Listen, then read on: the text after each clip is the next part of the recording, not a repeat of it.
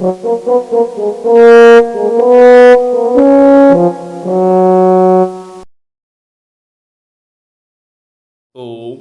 नमश्चंडिकाय। अथ पंचमो अध्यायः। ऋषि बोले, पूर्व समय में शुंभ और निशुंभ नामक महासुरों ने अपने बल के मद से इंद्र से तीनों लोकों का राज्य और यज्ञ के भाग छीन लिए, और वे दोनों सूर्य, चंद्रमा, कुबेर, धर्मराज और वरुण के अधिकारों को छीनकर स्वयं राज्य करने लगे। वायु और अग्नि के भी अधिकार छीनकर तथा देवताओं को हटाकर राज्य से अलग कर दिया। इस प्रकार देवतागण महासुरों से हारे हुए तथा स्वर्गलोक से पृथक किए हुए अपराजिता देवी का स्मरण करने लगे और विचार किया कि भगवती ने हमें पहले वरदान दिया था कि मैं आपत्ति के समय स्मरण करने पर तुम्हारे संपूर्ण संकटों का नाश कर दूंगी। ऐसा विचार करके समस्त निंदादिक देवता हिमालय पर्वत पर जाकर विष्णु माया देवी की स्तुति करने लगे। देवता बोले, देवी, महादेवी, शिवा, प्रकृति, भद्रा के लिए हम सब निरंतर नमस्कार करते हैं।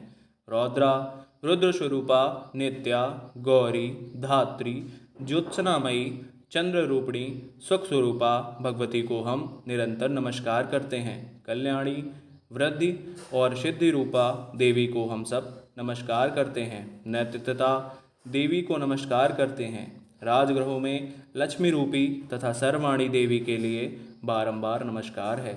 दुर्गपारा, सारा, सर्वकारिणी, ख्याति और धूम्र स्वरूपा को हम निरंतर नमस्कार करते हैं। अत्यंत सौम्य तथा रौद्र रूपा देवी को हम सब नमस्कार करते हैं। जगत प्रतिष्ठा तथा कृति स्वरूपा देवी को बार बार नमस्कार है। समस्त जीव मात्र में विष्णु माया नाम से जो देवी कही जाती है, उनको नमस्कार है, उनको नमस्कार है, उनके लिए बार बार नमस्कार है। जो देवी समस्त जीव मात्र में चेतना नाम से कही जाती हैं, उन्हें उनके लिए नमस्कार है, उनको नमस्कार है, उनको बार बार नमस्कार है। जो देवी समस्त जीव मात्र में बुद्धि रूप में स्थित हैं, उनको नमस्कार है, उनको नमस्कार है, उनको बार बार नमस्कार है। जो देवी समस्त जीव मात्र में निद्या रूप में वास करती हैं, उनको नमस्कार है, उनको नमस्कार है, उनको बार बार नमस्कार है।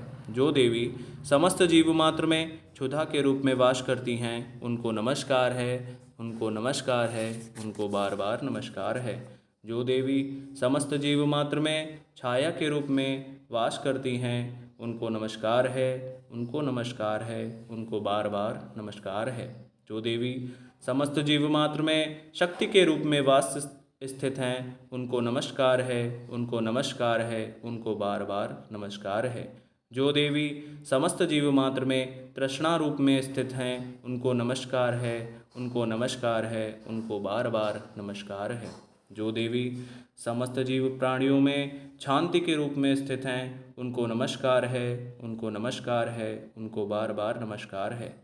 जो देवी समस्त प्राणियों में जाति रूप में स्थित हैं, उनको नमस्कार है, उनको नमस्कार है, उनको बार बार नमस्कार है। जो देवी समस्त जीव मात्र में लज्जा रूप में स्थित हैं, उनको नमस्कार है, उनको नमस्कार है, उनको बार बार नमस्कार है। जो देवी समस्त जीव मात्र में शांति रूप में स्थित हैं, उनको नमस्कार है, उनको नमस्कार है, उनको बार बार नमस्कार है।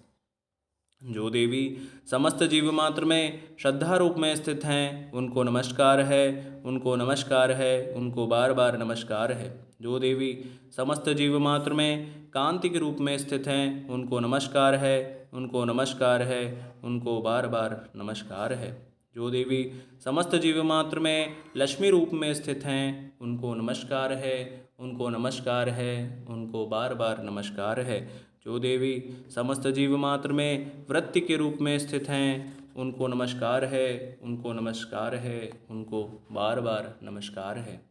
जो देवी समस्त जीव मात्र में स्मृति रूप में स्थित हैं, उनको नमस्कार है, उनको नमस्कार है, उनको बार बार नमस्कार है। जो देवी समस्त जीव मात्र में दया रूप में स्थित हैं, उनको नमस्कार है, उनको नमस्कार है, उनको बार बार नमस्कार है। जो देवी समस्त जीव मात्र में तुष्ट रूप में स्थित हैं, उनको नमस्कार है, उनको नमस्कार है, उनको बार बार नमस्कार है। जो देवी समस्त जीव मात्र में माता रूप में स्थित हैं, उनको नमस्कार है, उनको नमस्कार है, उनको बार बार नमस्कार है।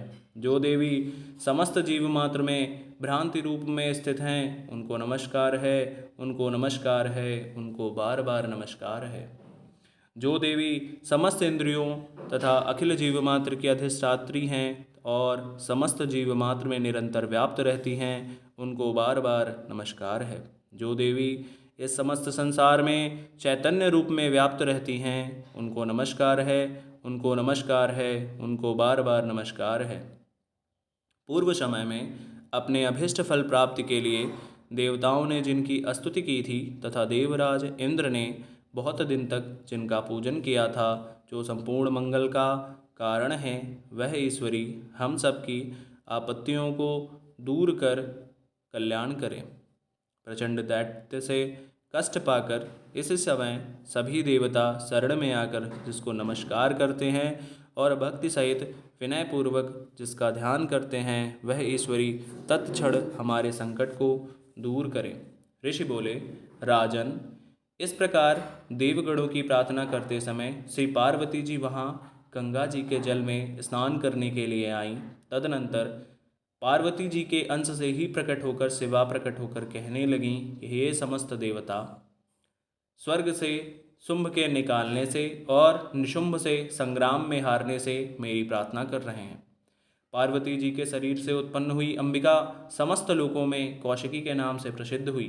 कौशिकी के उत्पन्न होने के पश्चात पार्वती जी का शरीर श्याम वर्ण का हो गया और तभी से उनका नाम हिमालय पर रहने वाली कालिका हो गया। तदनंतर परम मनोहर रूप वाली अंबिका देवी को शुंभ और निशुंभ के दूत चंड और मुंड ने देखा और फिर उन्होंने जाकर शुंभ से कहा कि हे महाराज, कोई परम स्वरूपमान स्त्री हिमालय पर्वत को प्रकाशित कर रही है। हे असुरेश्वर, ऐसे सुंदर स्वरूप स्त्री की कहीं पर किसी के देखने में भी नहीं आई है, इसलिए आप यह मालूम करें कि वह स्त्री कौन और किसकी है तथा उसे ग्रहण कर लें। वह रत्न स्वरूपा स्त्री अपनी कांति से संपूर्ण दिशाओं को प्रकाशित कर रही है और उसे आप अवश्य देखें।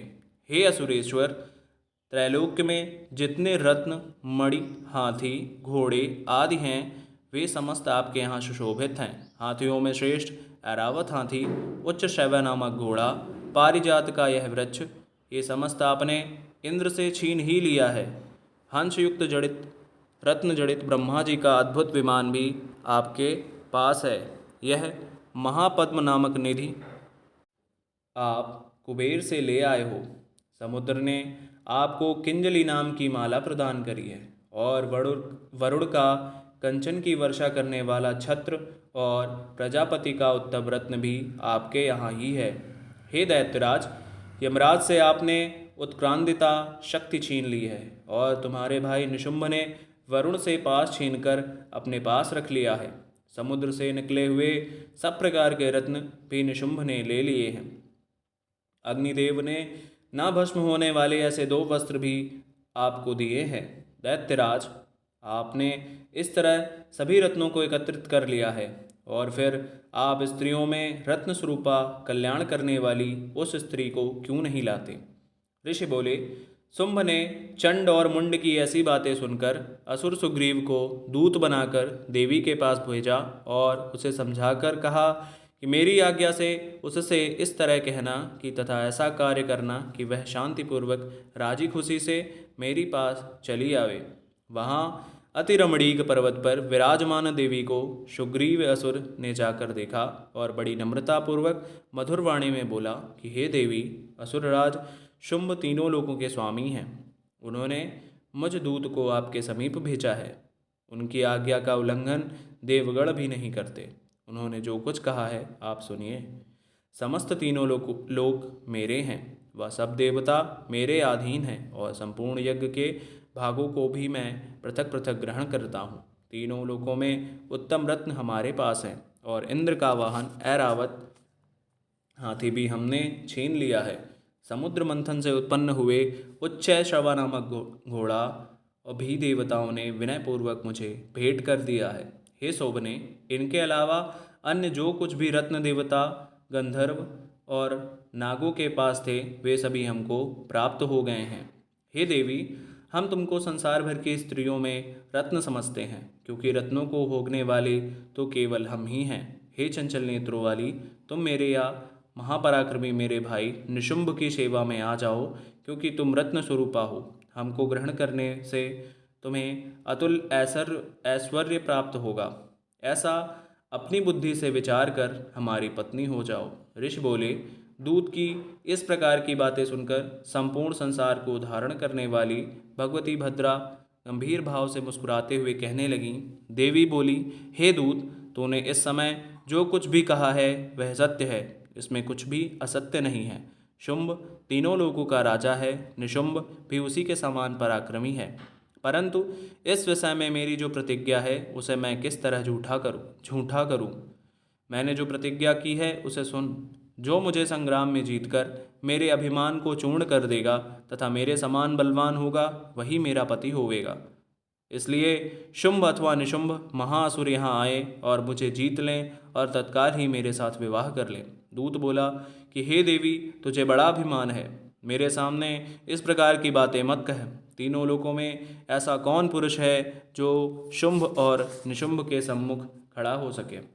अन्य असुरों के सामने समस्त देवता युद्ध में नहीं ठहर सकते, तो तुम अकेली किस तरह से उनके सामने युद्ध में ठहर सकोगी। इंद्रादिक सभी देवता जिन शुंभ निशुंभ के आगे नहीं ठहर सके, तुम स्त्री होकर उनका सामना किस भांति कर सकोगी। अतः तुम मेरे कथानुसार उनके पास मेरे साथ चलो, अन्यथा केस पकड़कर घसीटते हुए उनके पास तुम्हें ले जाना होगा। देवी बोली, तूने जो कहा वह बिल्कुल ही ठीक है।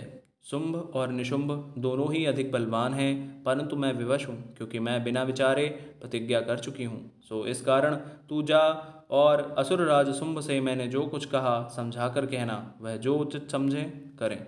इति श्री मार्कंडेय पुराणे देवी महात्म देवदूत संवाद नामक 5वां अध्याय समाप्त। ओम नमः चंडिकाय।